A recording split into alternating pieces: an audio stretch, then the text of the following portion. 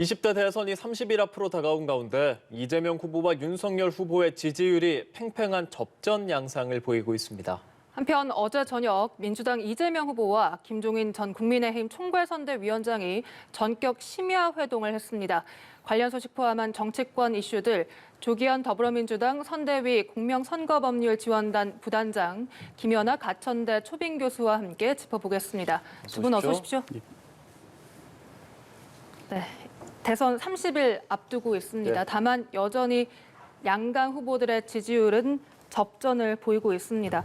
어제까지도 많은 여론조사가 나왔고 오늘 오전에 일부 여론조사에서는 윤석열 후보가 오차 범위 밖에서 우세를 보이는 조사가 나오기도 했습니다. 두 분께서는 현재 판세 어떻게 분석하고 계십니까? 오늘 여론조사가 약간 차이나는 조사가 있긴 했지만 전체적인 여론조사를 종합해 보면 초박빙의 경쟁 구도가 형성이 됐고 네. 이후에도 이렇게 양강 구도로 갈 것으로 보여지고요. 아마 이제 설 전후의 여론조사가 이제 여러 가지 이슈들이 어떻게 이제 반영될지에 대한 관심들이 있었는데 특히 그 직전에 있었던 TV 토론 이게 여론조사에 어떻게 반영될지에 대한 것도 관심 있게 봤는데요. 다들 예측하듯이 TV 토론 자체가 여론조사에 크게 어떤 영향을 미친 것 같지는 않습니다. 이게 통상 보통 이제 TV 토론이라는 게 지지하는 후보들의 지지 의사를 확고히 하거나 또 실망해서 일부 이탈하는 결과가 나타날 수 있지만 실질적으로 여론에 직접적인 영향을 미치지는 않는 것으로 나타나고 있거든요. 이제 그런 면에서 보면 현재까지 여론의 초박빙 구도가 앞으로도 이제 당분간 지속될 것으로 보이고 이제 인물 구도 중심으로 가는 선거 막판에서 누가 착실하게 1, 2%씩 득표해 가느냐 이게 앞으로의 관건일 것 같습니다. 네, 이번 여론조사들이 첫 TV 토론이랑 김혜경 여사와 관련된 의전 논란이 반영된 결과거든요. 교수님께서는 어떻게 분석하십니까? 일단 여론조사 이제 어젯밤에 나온 언론 보도들의 종합을 보면 8개 여론조사 중에서 7개가 윤석열 후보가 우세한 것으로 조사가 됐습니다. 그리고 오늘 아침에 이제 나온 것들은 오차 범위 밖에서 윤석열 후보가 조금 앞서는 것으로 나타나고 있는데요. 전체적으로 여론조사는 그 당시의 민심을 반영하지만 쭉 추이를 볼 필요가 있다고 생각이 됩니다. 그런데 지금 점점적으로 추이를 보면 저는 초박빙이라는 표현에는 동의하지 않습니다. 박빙이긴 하지만 추세적으로 보면 이재명 후보의 하락 내지는 횡보, 윤석열 후보의 상승세, 또 안철수 후보의 하락 내지는 정체 이런 국면이 저는 이 여론조사에 대한 평가가 맞다고 생각이 되고 있고요. 그럼 과연 TV 토론과 배우자 문제가 이 지지율에 어떤 영향을 미치고 있느냐라고 보면 제 개인적인 의견이 아니라 여러 가지 신문 또 한겨레 여론조사라든가 다른 여론조사 기관에서 이와 관련된 질문을 해서 나온 결과를 보면 아까 조 부단장님도 말씀하신 것처럼 의외로 TV 토론은 아직 한 번밖에 이루어졌지 않아서 그런지 모르겠지만 TV 토론에서는 크게 지지율에 영향을 미치지 못한 것으로 조사되고 있습니다. 보시면 알겠지만 양자 토론일 경우에는 그래도 좀 상대방에게 묻고 하는 시간이 조금 많아서 어떤 토론의 결과를 갖고 국민들이 판단할 수 있을 여지가 많이 있는데 이게 이제 사자 토론이 되다 보니까 시간 배분이라든가 또 이제 이재명 후보 같은 경우에 굉장히 민감한 사항에 대해서는 이제 답변을 회피하시는 일이 일어나면서 토론에서 뭔가 명확하게 그 전에 몰랐던 것들이 드러나는 일은 없었던 것 같습니다. 반면에 이제 김혜경 씨, 그러니까 이제 이재명 후보의 부인의 어떤 공관 갑질 논란 또 의전 이런 얘기가 나오고 있는데 정확히 보면은 글쎄 의전이라고 하는 것은 지방자치단체장 배우자에 대한 별도의 의전은 법적으로 보장되어 있지 않기 때문에 저는 이것은 아주 현격한 법 위반이라고 보고 있고요. 또 여러 가지 대리 처방이라든가 이런 문제는 사과의 문제를 좀 떠나서 이것은 법을 정말 위반한 것인지 아닌지에 대한 조사가 필요하다고 생각이 됩니다. 그런데 지금 여러 가지 여론조사 결과를 보면 TV 토론보다는 배우자 문제가 굉장히 지지율에 영향을 미치고 있는 것 같고 지난주에 김혜경 씨에 대한 여러 가지 의혹들이 나타나고 그것을 좀 변명하는 여러 가지 여권 지지층이라든가 여권 대변인들이 오히려 이것을 조금 더 확산시킨 게 있지 않은가. 그래서 국민들에게 있어서 오히려 후보는 쿨하게 사과를 했는데 뭐 전 그게 사과가 갖고 다 해결된다고 생각하지는 않습니다만 사과가 사과로 끝나지 않고 그 고발자에 대한 2차 가해라든가 이런 것들이 벌어지면서 오히려 국민들에게 부정적인 인식을 줬다. 그래서 저는 이 지지율 격차가 특히 오늘 나온 것이 오차 범위 안에서 벌어지는 것은 그것과 관련이 있다. 이렇게 평가하고 싶습니다. 예, 지금 나오는 것들이 김혜경 씨 의혹이 반영된 것 같다는 말인데 어떻게 뭐 반박을 하십니까? 이게 뭐 일부 반영돼 있음을 부인할 수는 없을 것 같습니다. 왜냐하면 이제 설 직전까지 이재명 후보의 상승세가 뚜렷해 보였거든요. 약간 이제 차이가 나다가 거의 이제 앞서는 1~2% 앞서는 여론조사가 나오는 시점에 이 이슈가 부각이 됐고 이게 일정 정도 반영은 됐다고 보는데요. 지금 워낙 관련된 언론 보도가 많은데 이제 확인되지 않은 사실관계가 여러 개가 있습니다. 대표적으로 뭐 샌드위치 30개를 가져간 걸 가지고 이제 횡령이라고 하는데 통상 공간이나 이런 데서 회의를 하는 과정에서 발생됐을 가능성이 좀 높아 보이고 여러 가지 사실관계에서 확인이 필요한데 이게 이제 논란이 붙으면 붙을수록 사실 뭐 민주당이나 이재명 후보로서는 유리한 이슈는 아니고 이제 그런 측면에서 보면 사실관계에 대해서는 차분하게 해명할 건 해명하고 그 과정에서 적절하지 않은 부분이 있었다고 하면 뭐 후보께서도 또 배우자 본인께서도 이제 사과를 하셨지만 이런 과정을 통해서 국민들께 좀 분명한 입장을 드리면 될 것이고 다만 사실과 관계없이 의혹이 너무 부풀려지거나 이런 부분에 대해서는 좀 명확히 할 필요는 있을 것 같습니다. 이게 몇 가지 의문이 제기될 수 있는 것은 좀 분명해 보이지만 지금 보도되거나 뭐 야당이나 일부 언론에서 제기하는 만큼 그렇게 무분별하게 어떤 뭐 소고기 뭐 샌드위치 이런 식의 어떤 그런 횡령들이 계속 반복적으로 일어났다는 것은 다소 과장되고 사실화하기 좀 필요한 부분들이 있는 건 분명해 보입니다. 네, 저희가 계속 화면으로 지지율 보여드리고 있는데 양당 후보 외에 좀 눈에 띄는 게 안철수 후보의 지지율입니다. 한 20%까지 간다 이런 얘기가 있었던 안철수 후보 지금 한 자릿수를 보이고 있습니다. 김 교수님 그 배경 뭐라고 분석하세요? 안철수 후보의 지지율과 윤석열 후보의 지지율 변동폭을 좀 같이 비교해 보면 되게 굉장히 재미있는 현상이 발견이 되고 있는데요. 안철수 후보 지지율이 높아졌을 때는 윤석열 후보의 지지율이 좀 빠졌었습니다. 근데 이제 윤석열 후보의 지지율이 올라가니까 안철수 후보의 지지율이 조금 다시 빠지는 그래서 서로 대체 보완의 관계에 있었다고 보고 있고요. 윤석열 후보의 지지율이 계속 상승세를 탄다면 저는 안철수 후보의 지지율은 글쎄 지금보다 더 빠질 수 있겠다 이런 생각을 해봅니다. 근데 이제 연령별로 안철수 후보의 지지율을 좀 살펴보면 또 재미있는 현상이 있는데요. 20대의 지지율 같은 경우에는 이재명 후보의 지지율보다 안철수 후보의 지지율이 좀 높게 나타나고 있습니다.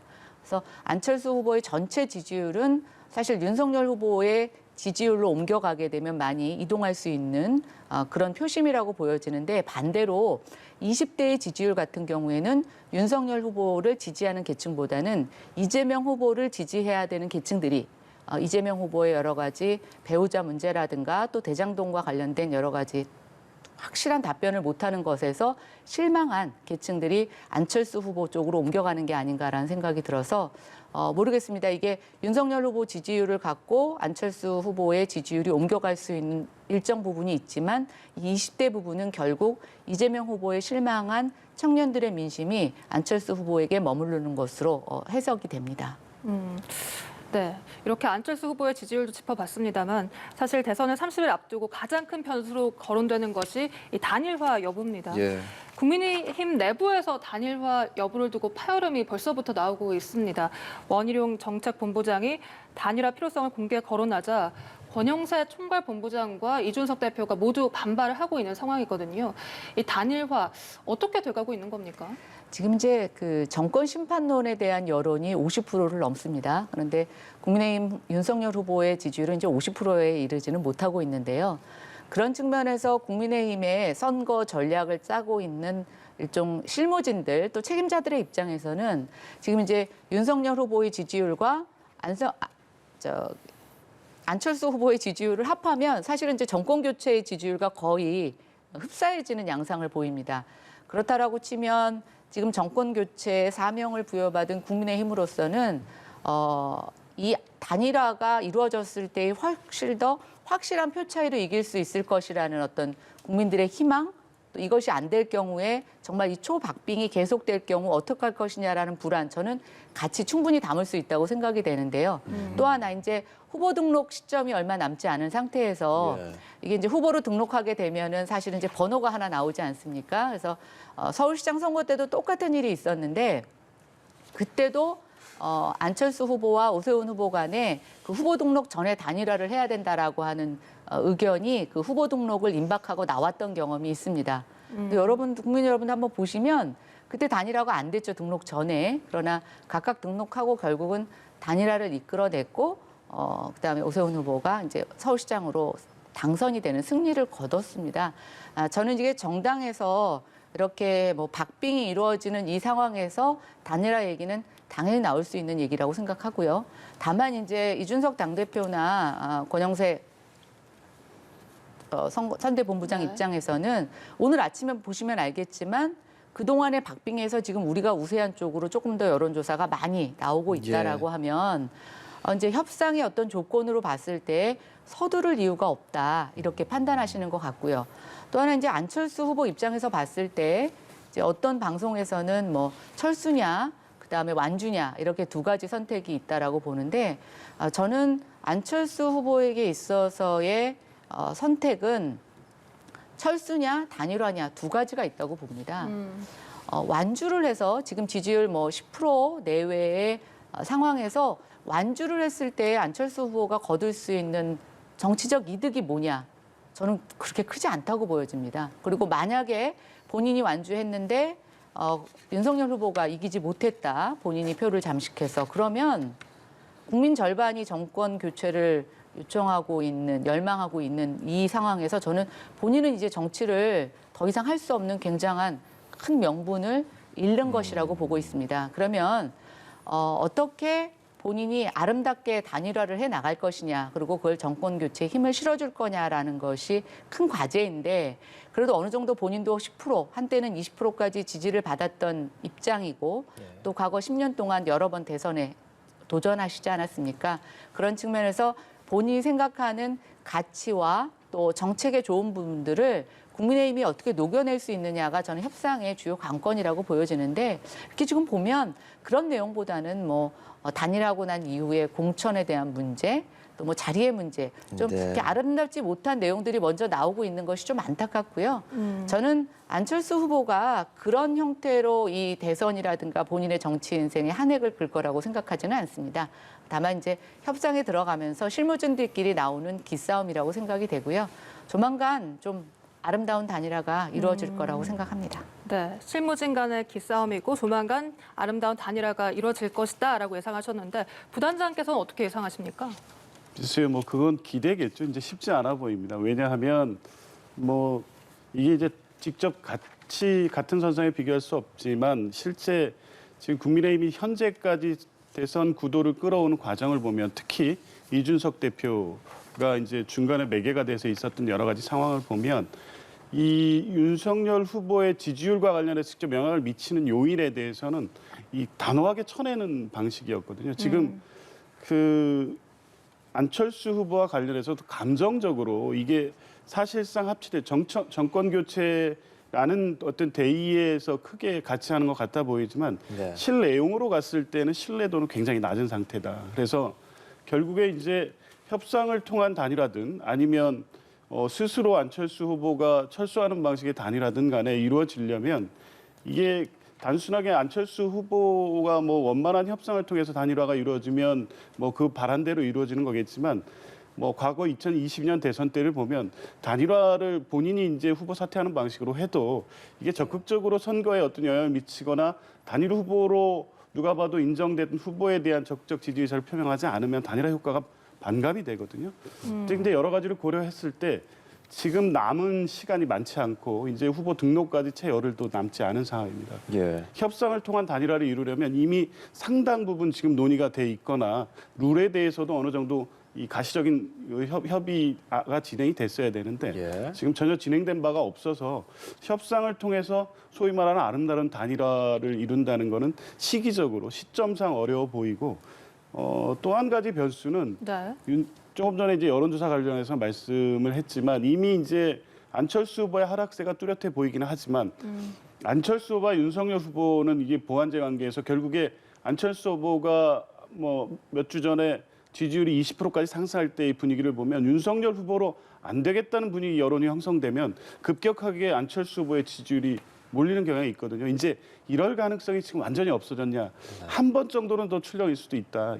15일 그 후보 등록을 앞두고 뭐 10일에 이제 토론회도 있을 것이고 또 며칠 전에 제기된 대장동 관련된 뭐 김만배 씨 녹취록이랑 여러 가지 의혹 관련해서 이게 이제부터 15일까지 약 일주일간의 여론에 어느 정도 반영될 것으로 보입니다.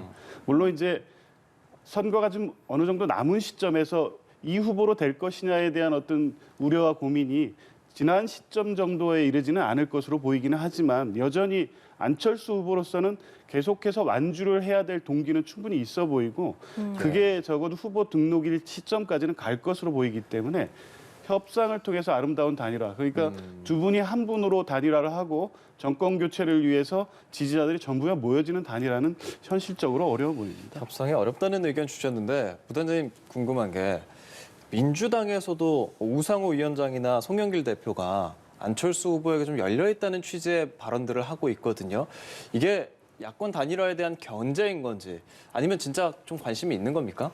그 실제 안철수 후보를 염두에 두고 하신 발언은 아니기 때문에 여지는 계속적으로 열어놓고 말씀을 하시고 계십니다. 그러니까 이런 측면이 있는 거죠. 이제 뭐 연합정부나 연립정부 정도의 수준이라면 이미 이제 이전에 협의가 굉장히 진행이 돼서 그거는 어렵지만 적어도 책임총리라든가 실질적으로 향후 정부를 함께 이끌어 나가는 것을 매개로 한 실질적 단일화도 가능성은 열려 있다고 봅니다. 심상정 후보와도 마찬가지고요. 김동연 후보와도 역시 이런 가능성을 열어놓고 있는 것이고 안철수 후보께서 정권 교체에 대한 필요성을 주장하고 계시지만 그 부분에 대해서는 적어도 실용을 강조하는 이재명 후보 입장에서도 현 정부에 대한 어떤 비판이나 문제의식에 대해서 공감할 수 있는 부분이 충분히 있고 향후 뭐 과학기술이라든가 대전환의 시기에 차기 정부가 해야 될 역할 이런 부분에 있어서 공감할 수 있는 부분이 있기 때문에 안철수 후보가 굳이 구도로서의 정권 교체에 대한 이 하나의 이 어떤 정치적 이슈만을 가지고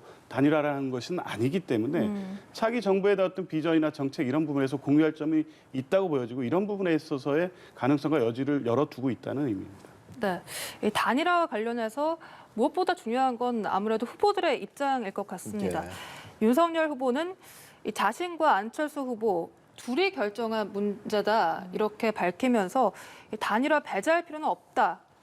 결국 단일화의 문을 열어뒀다 이렇게 봐야 됩니까? 근데 맞는 말씀 아닙니까? 저희가 지금부터 단일화가 예. 없다 이렇게 확정 짓고 갈 필요는 없다라고 생각이 됩니다. 아까 조 부대변인 말씀하신 것처럼 한 번 더 지지율이 출렁인다라고 하면 윤석열 후보를 지지하던 표는 이재명 후보에게 가지는 않을 것입니다.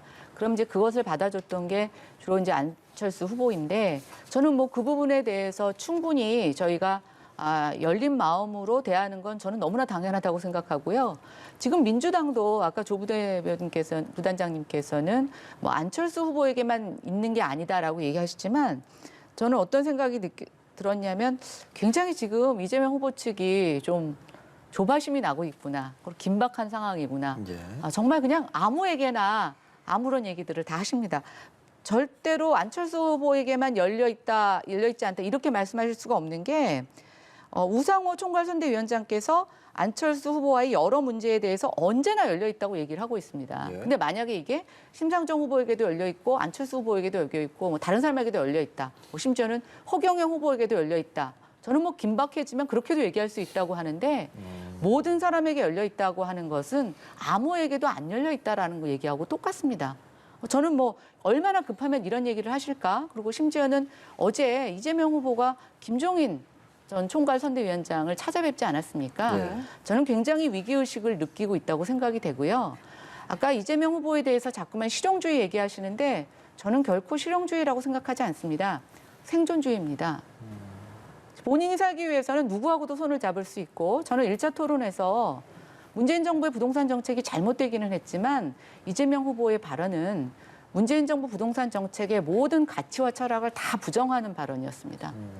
저런 발언을 하고 과연 문재인 정부에 연이어서 민주당과 같이 정권을 재창출할 수 있을까? 저는 굉장히 안타깝다는 생각이 들었고요. 문재인 정부에서 잘한 부분은 본인이 계속 계승하겠다고 얘기를 해야 되는데 한마디 그런 얘기 하지 않지 않습니까? 그런데 무슨 실용주의입니까? 그러면서 앞으로의 어떤 문재인 정부와 지금 전현직 장관들의 지지를 얻었다라는 것, 저는 굉장히 모순이라고 생각이 되고 이런 측면에 있어서 오히려 저는 저렇게 열린 제스처가 국민들에게 외면을 받을 수 있는 문제점으로 지적당할 수도 있겠다 이런 생각 해봅니다. 네. 지금 말씀 몇 네, 예. 가지만 뭐 간단하게 말씀드리면 그 후보 토론회에서의 뭐 한정된 시간에서 말씀하시는 부분 중에 충분한 입장 표현이 안 됐다고 비판하실 수 있습니다만 부동산 정책에서의 문제에 대해서는 잘못한 부분에 대해서는 분명히 인정하고 사과하고 그거를 개선하겠다는 입장은 일관되게 말씀하시고 계시고요. 공은 공대로 분명히 평가하고 개선하겠다는 입장도 계속해서 반복적으로 밝히고 있습니다. 마치 뭐 전체에 대해서 부인하고 뭐 그걸 통해서 표를 얻거나 이걸 선거 전략상 활용하는 것이 아니고 솔직하고 분명하게 일관된 입장을 가져오고 있다는 말씀을 드리고요. 그리고 뭐 실용주의에 관련해서 여러 가지 말씀하시는데 실용이라는 게 어떤 단순하게 지금 득표 전략으로서의 실용을 얘기하는 것이 아니라 예. 현재 대한민국이 처한 위치와 현재적 상황에서 차기 정부가 어떠한 태도로 국정을 이끌어 가야 되느냐에 대한 어떤 철학적 문제입니다. 이런 부분에 있어서 이 단순하게 어떤 이념이나 진영의 논리를 뛰어넘어서 실제 지금 대한민국이 처한 위기를 극복해 나갈 수 있는 정책과 비전을 공유하겠다는 것이고 물론 여기에서 어떤 사람의 문제 이런 게 문제될 수 있습니다. 그런데 안철수 후보와의 가능성을 열어두고 있다는 것도 심상정 후보나 김동연 후보에게도 여전히 이게 선거를 앞둔 단순한 어떤 후보 전략으로서 단일화 이런 문제가 아니라 국정 운영에 관련된 비전이나 정책을 공유하겠다는 원칙적 입장에서 출발을 한 것이고 우상호 의원께서 말씀하시는 뭐 그 가능성 이런 문제도 안철수 후보와의 단일화 문제가 계속적으로 이슈가 되기 때문에 예. 그거에 한정해서 이제 언급하는 과정이지 전체적으로 이재명 후보께서 말씀하시는 어떤 실용적 노선이나 차기 정부에서 국정 운영을 통합의 정부로서 폭넓게 운영하고 폭넓게 사람을 쓰겠다는 입장은 일관된 입장이라는 부분을 다시 한번 말씀드리겠습니다. 그렇다면 어제 저녁에 이제 이재명 후보가 김종인 전 위원장을 만났잖아요. 이게 최측근들도 잘 몰랐을 만큼 전격적인 회동이라고 하는데 무슨 이야기가 오갔는지 뭐 들으신 거 있으십니까, 부단장님? 아니 뭐 저도 이제 확인을 해봤는데 구체적으로 어떤 말씀을 나눴는지까지는 확인은 되지 않습니다. 근데 이미 뭐 1월 26일 날 김종인 위원장 전 위원장께서도 만나자고 하면 뭐 못 만날 이유 없다고 말씀하신 바가 예, 있고 이재명 후보와 또 김종인 위원장은 과거부터 또 인연이 있으시고 서로 또 존중하는 관계이고 뭐 이러기 때문에 뭐 자연스럽게 만날 수 있다는 것이 대체적인 관측이었고 그 일환으로서 어제 이제 전격적으로 만남이 있으셨던 것 같고요. 뭐 이제 보도된 대로 국정 전반에서 현재 상황이 갖고 있는 여러 뭐 국가적 위기나 이런 부분에 대한 의견을 좀 교환했을 것으로 보고 그런 부분에 대해서 아무래도 이제 그 전에 있었던 뭐 캠프 간의 그 국민의힘 선대위원장으로서 역할 또 여기에서 다시 이재명 후보로 지원하느냐 이런 문제는 이게 이제 바라보시는 분들이 이제 그런 측면에서 바라보시는 거지만 국가의 원로로서 현재 대선 상황에서 조언을 하거나 어떤 특정 후보나 특정 진영에 관계없이 그런 입장에서 뭐 조언을 듣고 하시는 자리가 아니었을까 이렇게 예상합니다. 네, 사실 윤석열 후보도 설 연휴에 김종인 전 위원장에게 전화를 했다 이런 보도가 나오고 이준석 대표도 어떻게든 모실 거다 이런 얘기를 했고 국민의힘 측에서는 상당히 이번 만남이 좀 신경 쓰일 것 같은데요. 네, 신경 쓰이죠. 왜냐하면 민주당의 전략이 이관계로 느껴집니다. 네, 지금 이제 안철수 후보의 단일화가 사실 이제 국민의힘의 숙제이죠. 뭐 단일화든 어쨌든 안철수 후보의 표를 저희로 가져와야 되는 게 숙제인데 김종인 위원장 한번 어떤 분인가 보면 국민의힘의 당명을 만드신 분입니다. 제가 그때 비대위에 같이 있었고요. 그러니까 지금 저희가 자유한국당과 그 전에 여러 가지 탄핵과 또 정권 뭐 연이은 선거에서 패배를 하면서 어려움을 겪고 있다가 사실은 이제 김종인 비대위가 들어서고 당명을 국민의힘으로 바꾸면서 서울시와 부산시에서 승리를 이끌면서 사실은 정치의 많은 구도와 판이 변화되었습니다. 그런 측면에서 보면 김종인 위원장으로서는 저는 국민의힘에 굉장히 큰 애착과 애정이 있다고 보고 있습니다. 예. 또 국민의힘의 선대위에 합류하실 때도 사모님이 많이 독려를 하셨다고 하는데 나라가 망하는 걸 볼 수 그대로 방치해서는 안 되지 않겠느냐. 그렇기 때문에 합류하셨다고 얘기를 했고 저는 그런 측면에서 물론 윤석열 후보와 또 김건희 여사의 여러 가지 문제점 또 선대위에서 나가시게 된 거에 대해서 아쉬움과 또 서운함도 있으실 수 있다고 생각이 됩니다. 그런데 그런 서운함 그런 빈틈을 지금 민주당이 교묘하게 끼어들고 있고 저는 안철수 후보에게 열린 제스처를 취하거나 김종인 위원장에게 저게 찾아가는 것 이관계로 보고 있고요. 이관계에 대응하는 방법은 저희도 김종인 위원장님과의 관계에 있어서 우리가 어떤 처음 마음으로 같이 시작했는지를 되새겨보는 거 또 소홀히 하지 않는 거 굉장히 중요하다고 생각이 됩니다. 근데 제가 좀 흥미로운 건 계속 민주당은 뭐 김종인 위원장과 이재명 후보와의 뭐 과거에 인연이 있었고 돈독한 관계가 있다라고 하는데 저는 이건 도대체 무슨 얘기인지 모르겠습니다. 무슨 과거에 인연이 있으신지. 예를 들어서 20대 총선 때 이제 김종인 위원장님이 거기 비대위원장을 맡으실 때 그때 같이 하셨던 분들하고는 저는 뭐 인연이 있을 수 있다고 생각이 됩니다.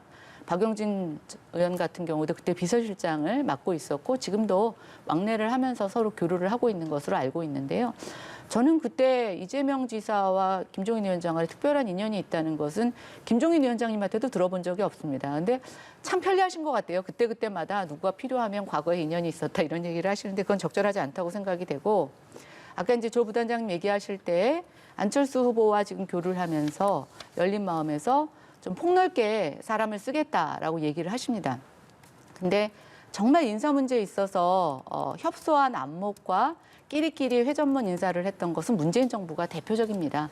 현직 장관들이 대거 정무위원으로 나아간 것도 마찬가지이고요. 그다음에 저는 이재명 후보도 달라지지 않는다고 생각이 되는데 지금 문제가 되고 있는 그 배 모 씨 같은 경우 이재명 변호사 사무실에 있던 직원을 성남시부터 경기도로 갈 때까지 계속 특별 채용을 해가지고 데리고 갔습니다. 저는 이런 게 사람들을 골고루 쓰는 건지 전혀 아니라고 생각이 됩니다. 저는 분명한 건 지금 현재 문재인 정부와 또 이재명 후보가 보여준 여러 가지 인사 원칙을 보면 정말 자기 사람들만 쓰는 거로 저는 판명이 됐다고 보고 있고 그 부분에 있어서 자꾸만 본인들이 하던 것을 연이어 가겠다고 강조하면 저는 국민들에게 더욱더 신뢰를 가져오지 못하는 그런 결과가 있을 거라고 생각해 봅니다. 한 가지만 간단하게 말씀을 드리고 싶은데요.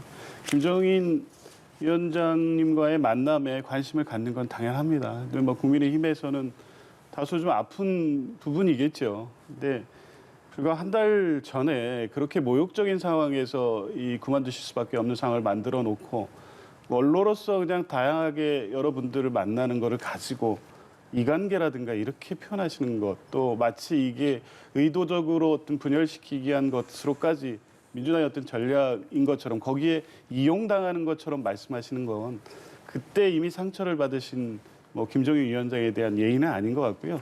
그것은 그 자체로 그냥 존중하고 지켜봐 주셨으면 좋겠습니다. 네. 이런 가운데 주말 사이 이재명 후보와 윤석열 후보가 약속이나 한 듯이 나란히 노무현 전 대통령을 언급하면서 눈물을 보였는데요. 그 영상 먼저 보고 대담 이어가겠습니다. 이것을 보면 언제나 그 참혹했던 순간을 잊어버리기가 어렵습니다. 사람 사는 세상을 만드는 꿈은 노무현의 꿈이었고 문재인의 꿈이고 그리고 저 이재명의 영원한 꿈입니다, 여러분. 강력한 힘을 바탕으로 한 자주 국방과 평화의 서막을 연 것입니다. 저는 노무현 전 대통령의 고뇌와 결단을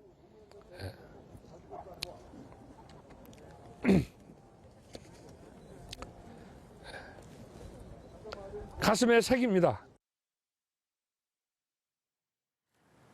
네, 두 후보가 이렇게 고 노무현 전 대통령을 언급하며 눈물을 흘리는 모습, 어떤 배경이라고 봐야 될까요?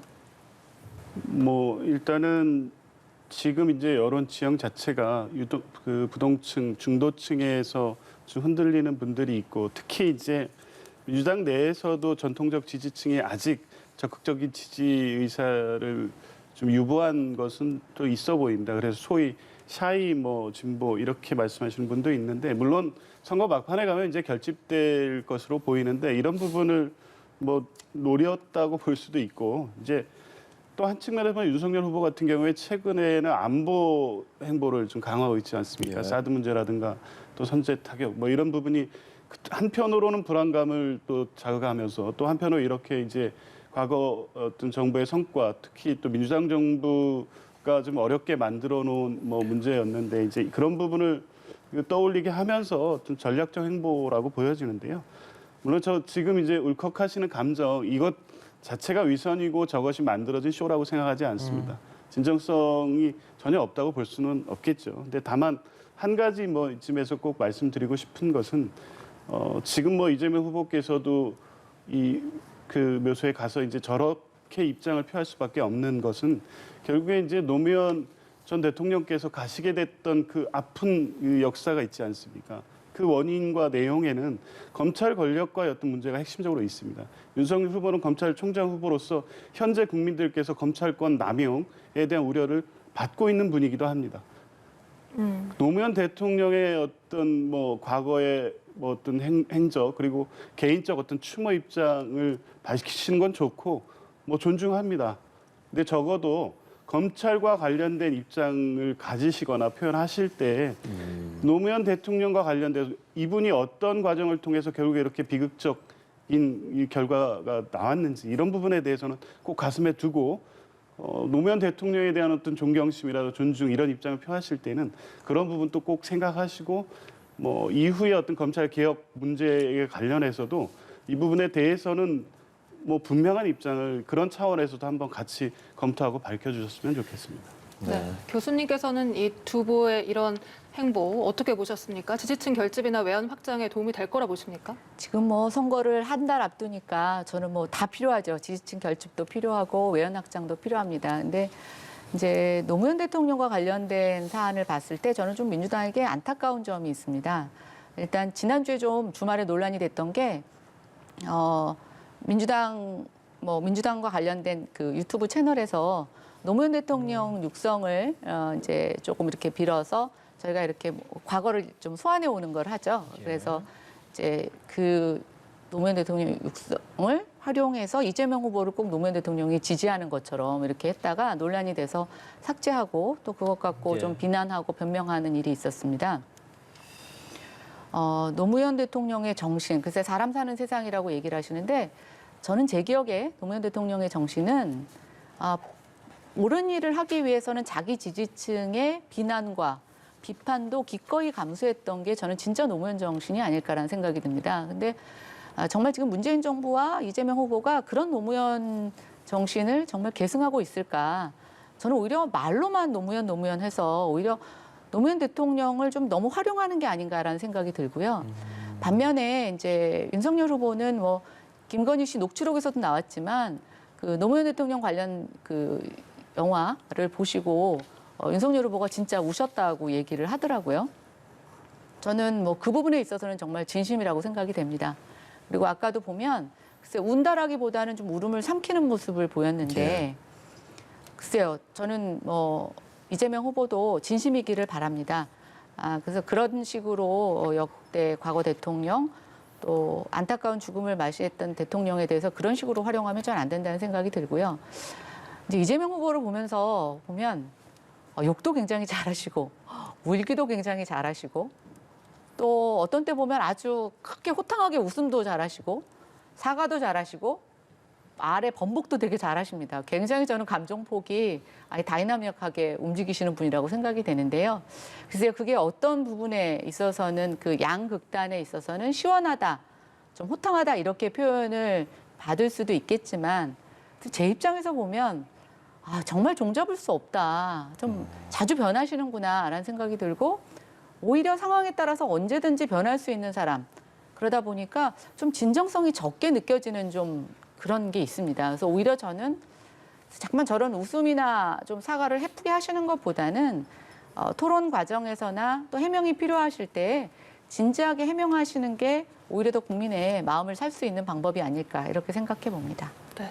두 후보의 이런 눈물과 울컥하는 모습 유권자들이 각각 판단할 것 같습니다. 지금까지 조기현 더불어민주당 선대위 공명선거법률지원단 부단장 김연아 가천대 초빙 교수와 함께했습니다. 고맙습니다. 고맙습니다.